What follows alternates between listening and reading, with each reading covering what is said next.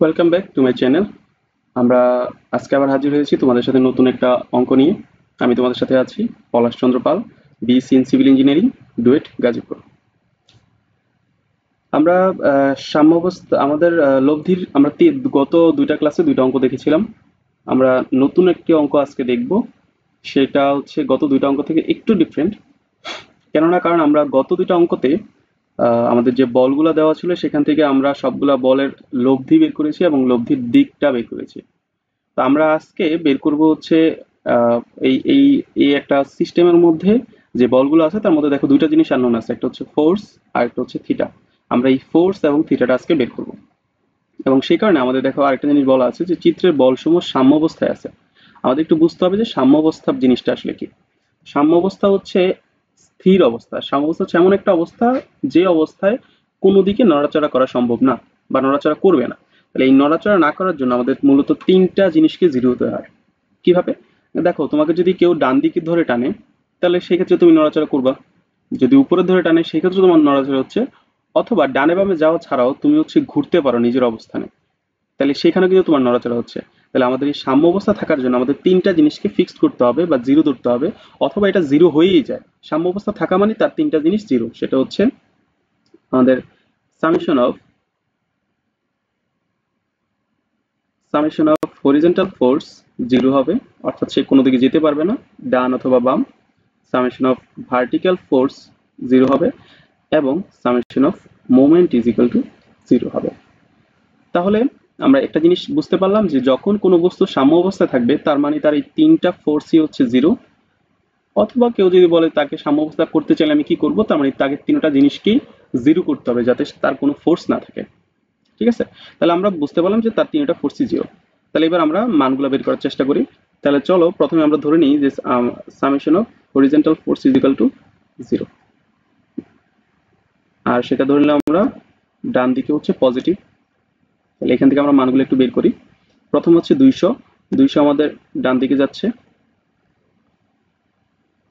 তাহলে 200 হরিজন্টাল মান হচ্ছে cos 30।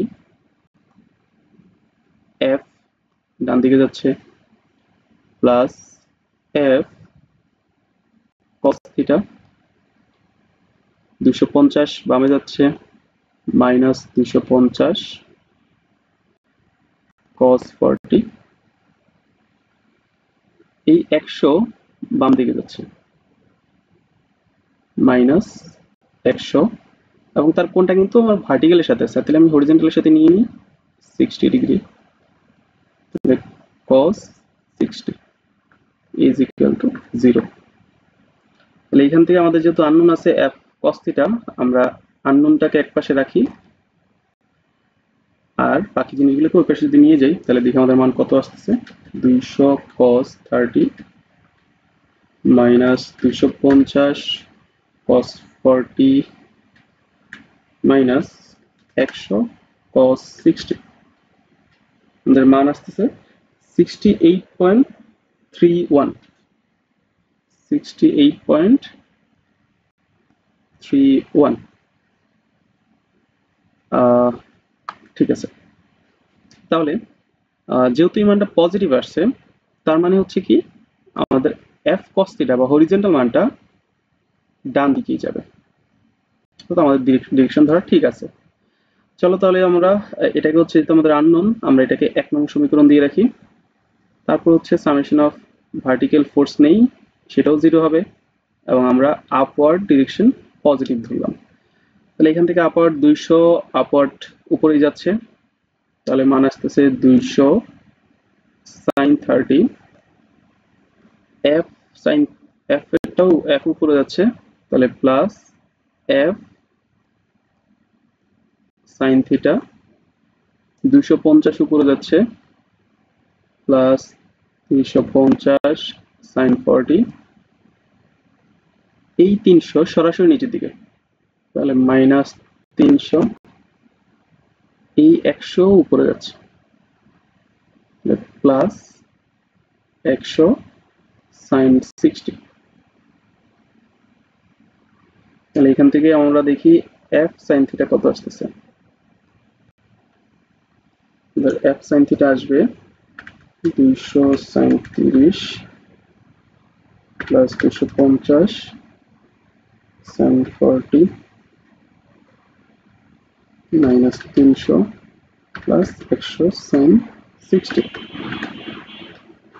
আমাদের মান আসছে 47.30 নেগেটিভ মাইনাস 47.30 কেজি অর্থাৎ f sin theta is equal two হচ্ছে 47.30 কেজি। যেহেতু নেগেটিভ আসছে আমাদের আপওয়ার্ড পজিটিভ, তার মানে এই ডিরেকশনটা আমাদের ভুল আছে, সেটা আপওয়ার্ড যাচ্ছে না, সেই মানটা হবে ডাউনওয়ার্ড।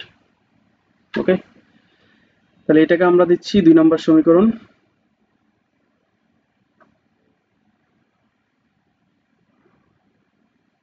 এটা হচ্ছে আমাদের 2 নম্বর সমীকরণ। ওকে, তাহলে চলো আমরা হচ্ছে এখন এই কি করতে পারি, আমরা 1 নম্বর সমীকরণকে যদি 2 নম্বর সমীকরণকে যদি 1 নম্বর সমীকরণ দিয়ে ভাগ করে দিই, তাহলে আমাদের sin থিটাটা উপরে থাকতেছে, cos থিটা নিচে চলে যাবে, আমরা সরাসরি tan থিটা পেয়ে যাচ্ছি। তাহলে চলো আমরা হচ্ছে সেটাই করি। তাহলে আমরা ভাগ করব, এখন কি করব, এখন আমাদের 2 নম্বর সমীকরণকে ভাগ করব, 2 নম্বর সমীকরণকে ভাগ করব 1 নম্বর সমীকরণ দিয়ে। তাহলে আমাদের 2 নম্বর সমীকরণ হচ্ছে f sin theta divided by f cos theta is equal to f sin theta তে ছিল 47.30 এবং cos থিটা তে ছিল 68.3। আমাদের এখন আসলে ওই প্লাস মাইনাস নিয়ে চিন্তা করার দরকার নেই। কেন দরকার নেই? কারণ আমরা ওই প্লাস মাইনাস দ্বারা আমাদের যে ডিরেকশনটা বোঝায় সেটা কিন্তু আমরা অলরেডি আইডেন্টিফাই করে নিয়েছি যে আসলে কোনটা কোন দিকে যাবে, সেজন্য আমাদের এগুলো নিয়ে এখন চিন্তা করার দরকার নেই।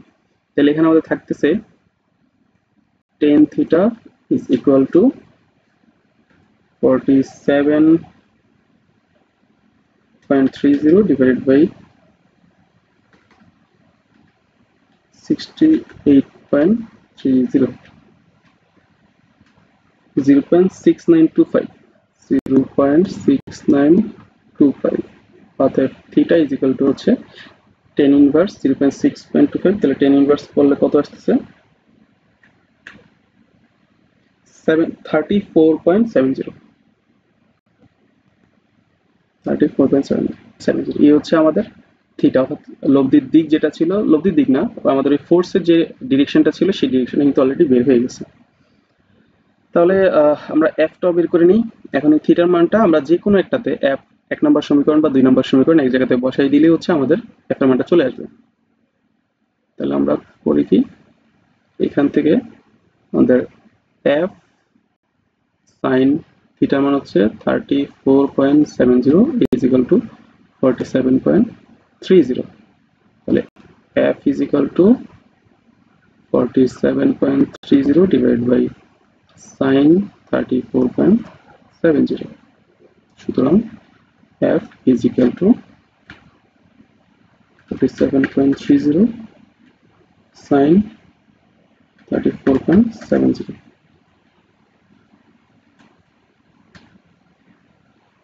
83.08, 09 হবে অ্যাকচুয়ালি, 83.09 কেজি। এই হচ্ছে আমাদের অ্যান্সার। আশা করি সবাই অঙ্কটা বুঝতে পারছো। যদি কোনো সমস্যা মনে হয় তাহলে অবশ্যই আমাদেরকে কমেন্ট বক্সে জানাবা। আর এই ভিডিওগুলা, এই ম্যাথগুলো তোমার বন্ধুদেরকেও দেখার সুযোগ করে দিও, সবাই হচ্ছে সবার সাথে শেয়ার করো।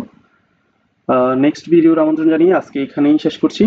তোমাদের সাথে আমি আছি পলাশ চন্দ্র পাল, ডুয়েট, গাজীপুর।